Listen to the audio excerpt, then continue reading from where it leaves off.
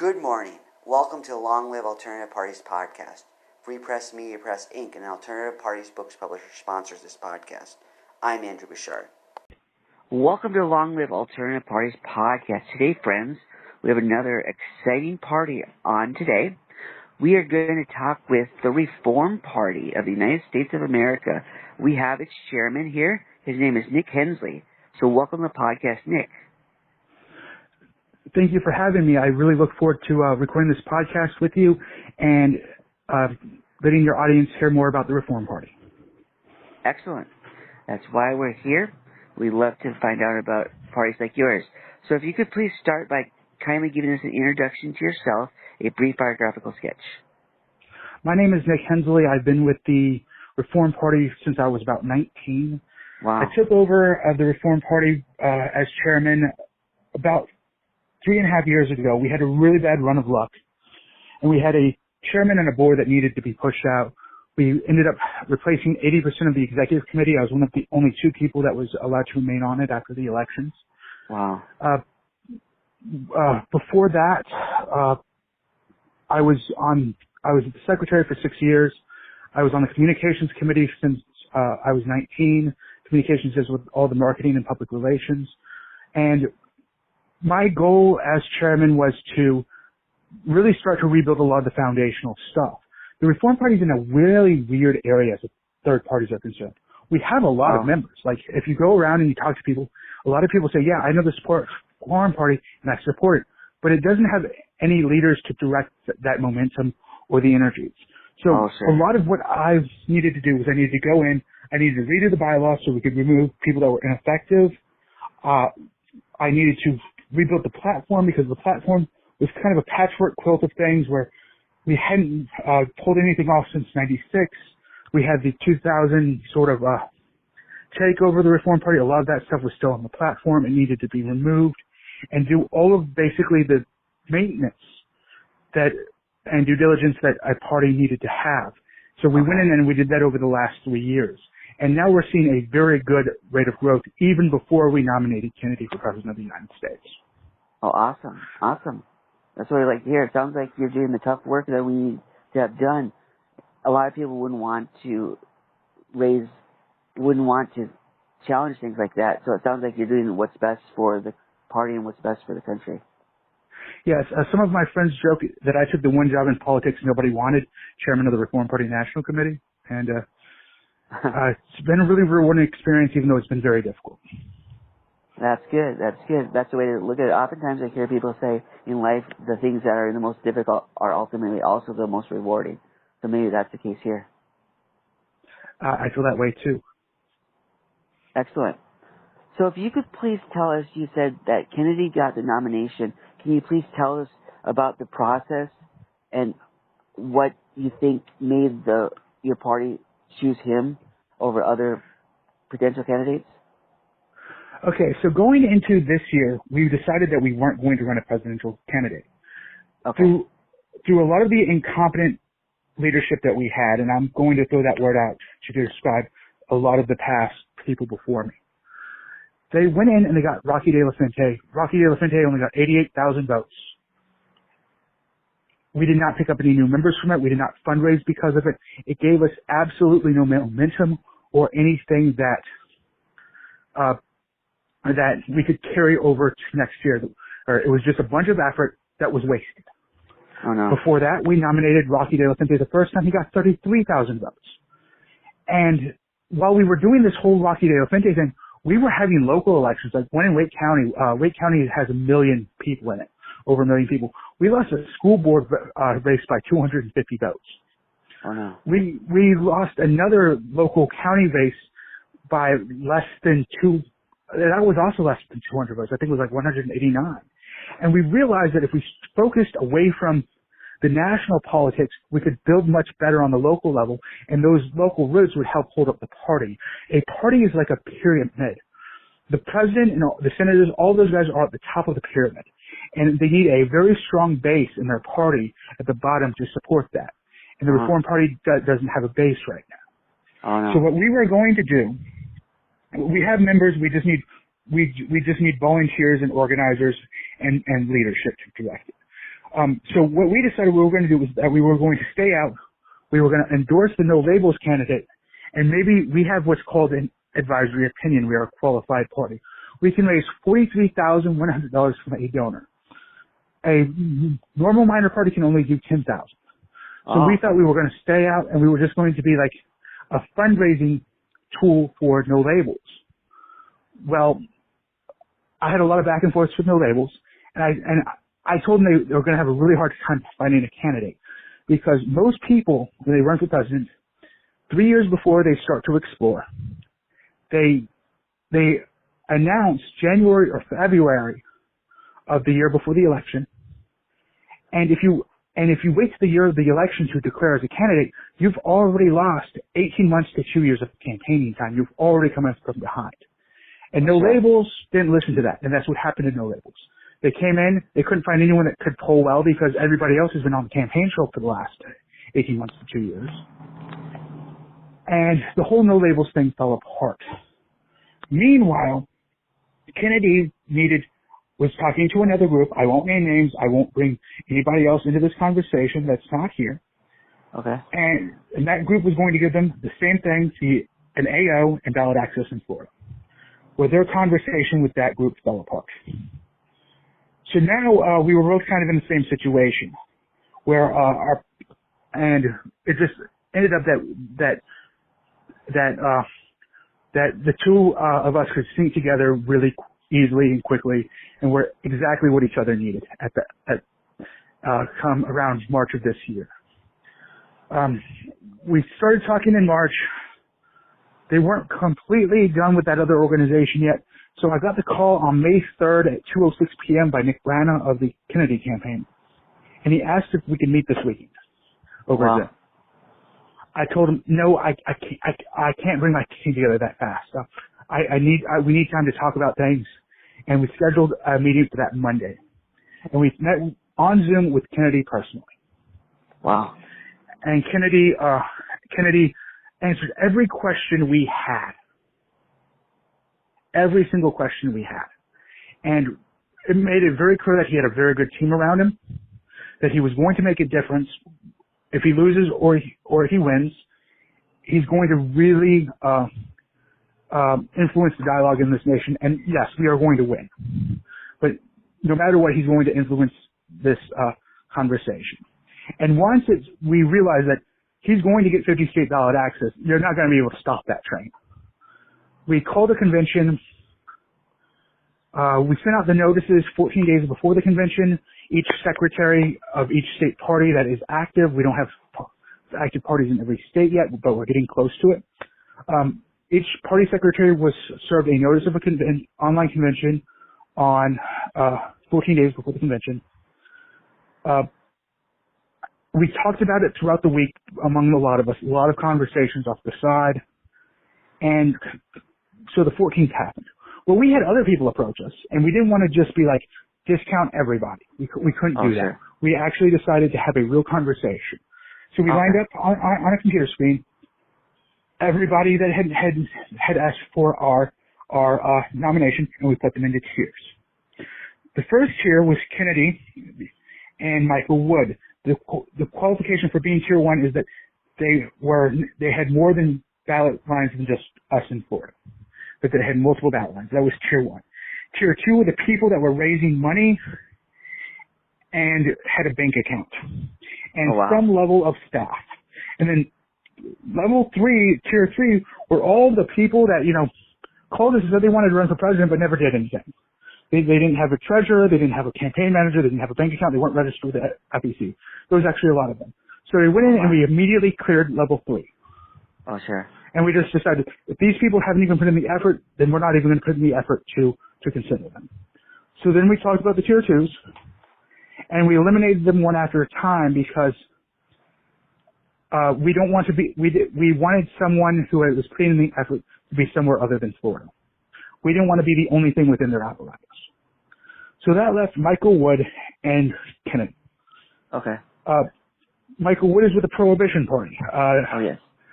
A lot of the guys in the Reform Party, even though the Reform Party does not run on social issues. And prohibition is specifically a social issue. They want to get rid of alcohol. They want to get rid of cannabis, all of that. And going specifically into social issues in that way would be against the mission, the goals, and the core of the party. Wow. So Michael Wood was, and then we talked about Kennedy. Now, not everybody agrees with everything that Kennedy says 100% of the time. Oh, sure. But when we went into the issues and we started pushing into the core issues, so when we looked at Kennedy as a candidate, we saw that he lined up with us on most economic issues. Okay. And that we could agree with about 90% of his platform. And if you and when a party is a big tent like the Reform Party, if you can agree with 90% of what's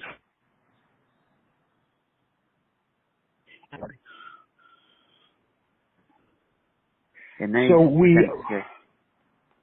even if it was 80% and we could compromise on the other 20, that would be fine. So after that, we had that conversation. He ended up getting nominated by the body. Michael Wood did not, and he passed with overwhelming support. Okay. Wow, that's good. Interesting.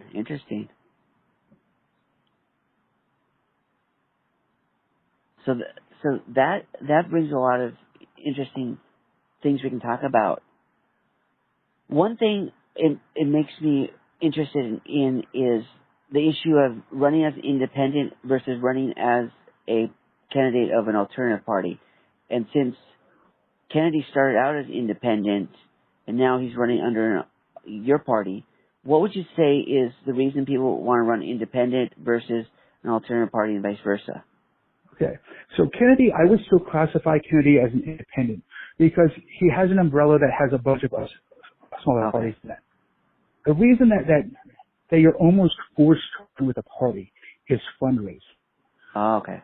A qualified party can raise $43,100 in a general election.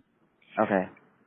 For a candidate. It can also raise $43,100 from the same donor for a headquarters and $41,300 from the same donor for a nominating convention. Okay. So while most minor parties can only raise $10,000,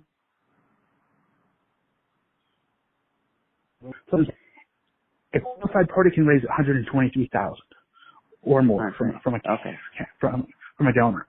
And that's how one of the main reasons that Republicans and the Democrats can bury all the minor party and independence people. And then going to get by themselves can only raise $6,600 per donor. Okay, so also ballot access is easier. Oh, it is. Okay. As states, if you're running with a party, you don't have to get as many signatures. And as a national qualified party, you get automatic ballot access in Florida. Okay. So even if you're independent, a lot of the independents do create minor party shells to ballot access in some states. Okay. Interesting. Okay, so that's the incentive for running under an alternative party versus running as an independent. Yes. So, given that, why do you think some people do run as independents?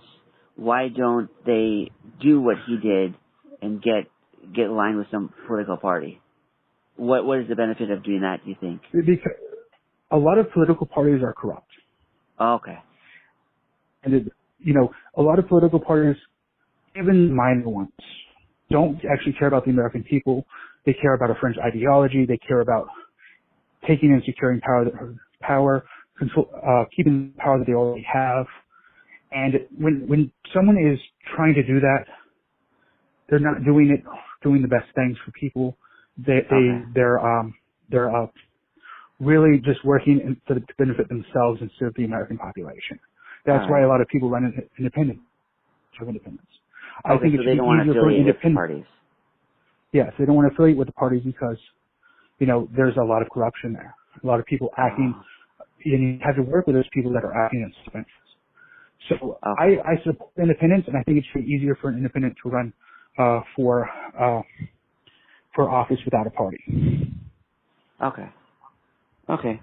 That makes sense. That's a lot of stuff to weigh, the pros and cons. So Kennedy has a very famous name, and people, from what I gather, are familiar with him to some extent. Would you care to describe him in more detail about his background and his views that you say align with the party's views? Okay, so as most people know, Kennedy was the son of Bobby Kennedy, who was the former Attorney General of the United States, former from New York, Massachusetts. But his uncle was the former President John F. Kennedy, who was assassinated in Dallas. Yeah. A lot of this Bobby Kennedy Jr. was a lawyer who sued basically almost all of the alphabet agencies and has done a lot of really good work for people and has really put people first, especially as a lawyer, and rooting out corruption and stuff. Okay. As far as the economic issues, he basically checks amongst boxes of all the party as of the executive branch, reducing waste, going after the military-industrial complex and cutting defense budget, which a lot of that is just wasted, especially when we look at military appropriations and how the United States is overpaying for military equipment. Oh, okay. So he has good reform-minded ideals. Yes. Okay. So how's he polling these days? Is it from what I gather, when I've heard, it's very decent for an alternative party candidate. Okay. So when we talk about polling is very weird because, poll has to vote for Trump, if you want to vote for Biden, or then if you want to vote for another candidate, three. So what happens is his support actually gets skewed to look like it's less than it is. He's gotten 15 to 17% is when not, but none of the polls have really been that fair. But so far he's doing pretty well for a candidate. And if we look at the way he is doing geographically, he's basically polling areas in 1992. And if we can take a look at that and harness that and build on that, there is a path to victory for Bobby Kennedy Jr. Wow. Wow. So you think he has certainly it's an outside chance. You think he does have an outside chance of winning? Yeah. Wow. As I said in my release, that Kennedy can win this. Wow. That would be something else. Yes. What I'm really worried about is the fact that he doesn't have Secret Service protection, even though he's polling at 15%. In 1992, Ross Perot was actually polling ahead of the first Bush and Bill Clinton. And he was receiving threats and his family was threats. So Ross Perot, while he was ahead, actually dropped out of the race. It had to do with threats against his wife. Yes. It was threats to do with his daughter's wedding. When he was getting married. Then after her wedding, he jumped back into the race. But by then the damage was already done. So that's why I'm really worried about Bobby Kennedy not getting Secret Service protection. Yes. Okay. Wow. I remember that race when I was very young. Then I was in junior high, and even then I knew which team I was on, and then I don't remember. I remember them being vague about why he pulled out. So that was the reason he pulled out of the race. It was because of the threat. I was told for Fred's daughter's wedding. Now, how true that is, I don't know. I was 3 years old then, and all of my sources are second and third hand. But I have also seen that mentioned in other places. Okay. Okay, so you're a little younger than me then. Yes. Yeah, but It is Okay. probable that that's probably what did happen because Rossford didn't have Secret Service protection either. And he had it for his own bodyguards. Okay. So at that level, having your own bodyguards is not enough. You need the Secret Service because of all the extra attention Yes. and threats you get. Well, Bobby is paying him almost $1 million a month for service. Oh my.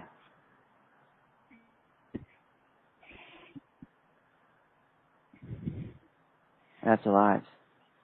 That is, and that's coming out of the campaign funds.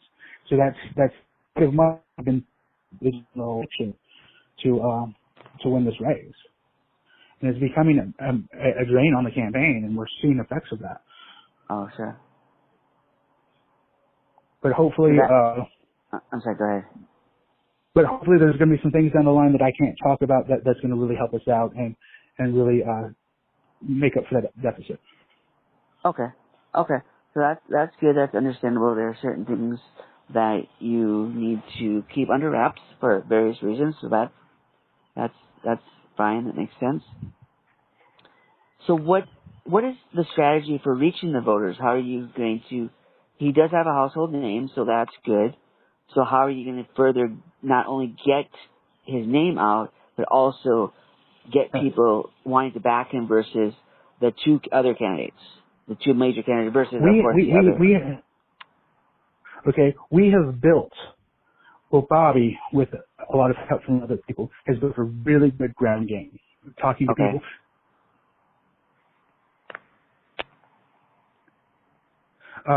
Building a ground game. In Florida, he has 5,000 volunteers that are able to canvass, put up signs, go door to door. Okay.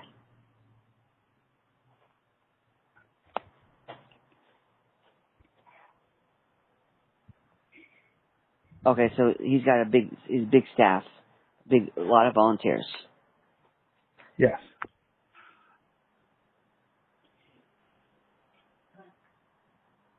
Okay.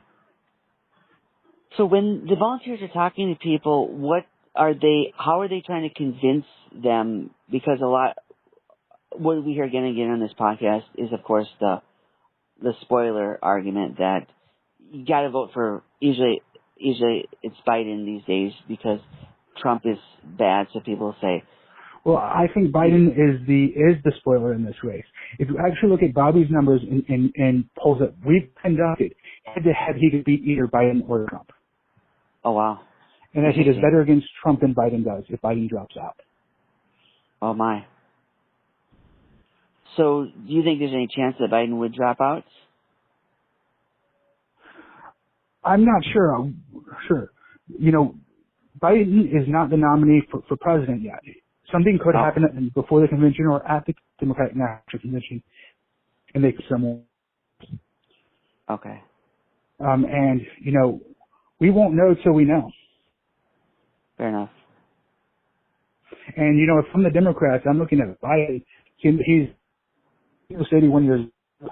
And can he really do another 4 years as president? That's a really stressful job. You see the way that those guys come in, like Barack Obama. He came in young. And when he went out of office, he was aged 2 years. Sure.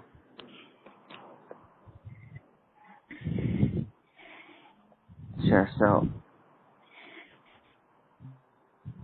And people always mention Biden's age too, so that's certainly a factor.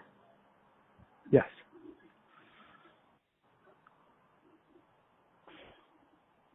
So given age, some people would say Kennedy is about the perfect age for president. Yes, he's about 70 years old. He's lived a full life. He has a lot of experience, but he's still at the age where he has his health and his mental faculties to do the job. And he can take the stress of the job. And he's also in very good physical health. Much better physical health than Trump or Biden. Oh, wow. That's good.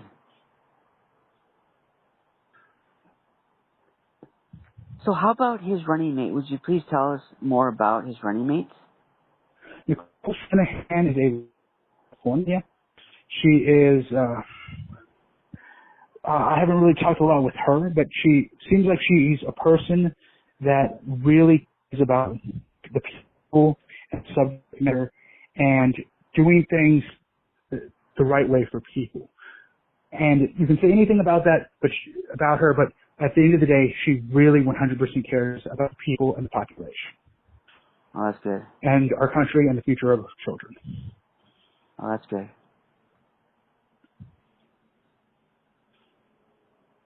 Okay, so he chose a good running mate then.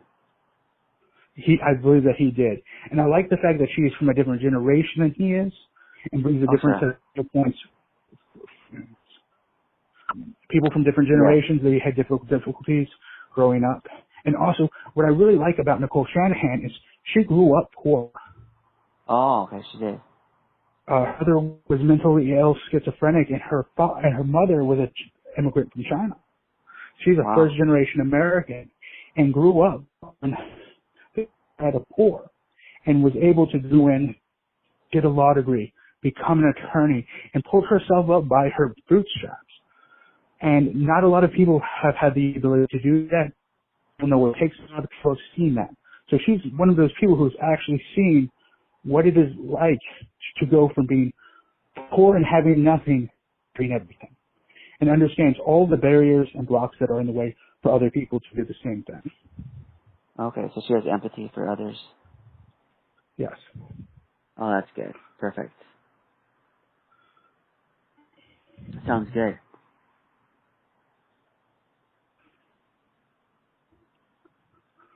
So given that the election it's already June now, so we're less than 6 months away. Yes. So what do you think that it's going to be a matter of the other candidates being their own worst enemies, or do you think that Kennedy's strong presence will be enough to carry it through? Any candidate can be a scandal or a controversy away from being the front runner in a political race. And it's been 6 months. There's still time enough. But I don't think Kennedy needs that. I think that would be helpful. I would, in some ways, would like to see a controversy. Let's just talk about that real quick. Trump didn't have a controversy. A normal political period of time, someone with Trump's controversy, him already. All it was thinking. Same thing with Biden. Biden's had a lot of controversies, but in a different political era would have sent him as well. I would like to see become a stable leader that doesn't have a lot of controversies around them to be our leader. Yes. I would like to see something happen where people understood that. But I think Bobby doesn't need that. I think Bobby can on his own. He's got thousands of volunteers canvassing, and having to petition access, the advantage of you have to go and talk to thousands to like almost 500,000 people to get all those petitions, if not more. Oh, wow. Okay. So his people, his volunteers have already talked personally to over 500,000 people, and what that does for spreading the word, I think bias, which does exist, that we could really get our campaign message out, and we could see Bobby in the White House, even with the other factors that I've already mentioned. Okay. Sounds good. I'm glad you're optimistic about this. That's a good position to be in. I don't like to see when alternative parties are defeatist or they feel like they're going through the motions and they're doing something that doesn't have much chance of gaining steam. So it sounds like you're in a good place then. Mm-hmm. So since the election is coming up soon, and from here to then, what can our audience do to support this campaign of yours? You can vote Kennedy.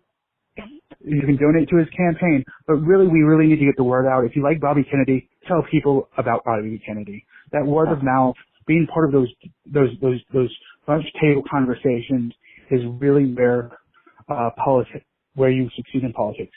what a lot of people don't understand is that all national politics is local. If you want to win in a big city, you have to have captains, people, city blocks who are in charge of getting the word out on that block. If you want to win in a small town, you have to own the conversation at the diner. If you live in a middle town, it's all good and having the support of just the local union organizers. It's all local. So being a local advocate for the body is really important thing people can do. And you can do that by telling your friends, telling your family, bringing it up in conversations at the salon or the barber shop. And that's how he can win. Okay. All right. Perfect. Sounds good. So, Nick, we thank you for coming on the podcast today and talking about your campaign. And it sounds like your party is made a good pick, and it sounds like with your leadership, it's going in the right direction. Thank you so much. I really enjoyed doing this interview, and thank you for having me. All right. We wish you all the best in your campaign and also everything your party does and everything you do in your personal and professional life. And thank you, and I hope you the best as well. All right. Take care.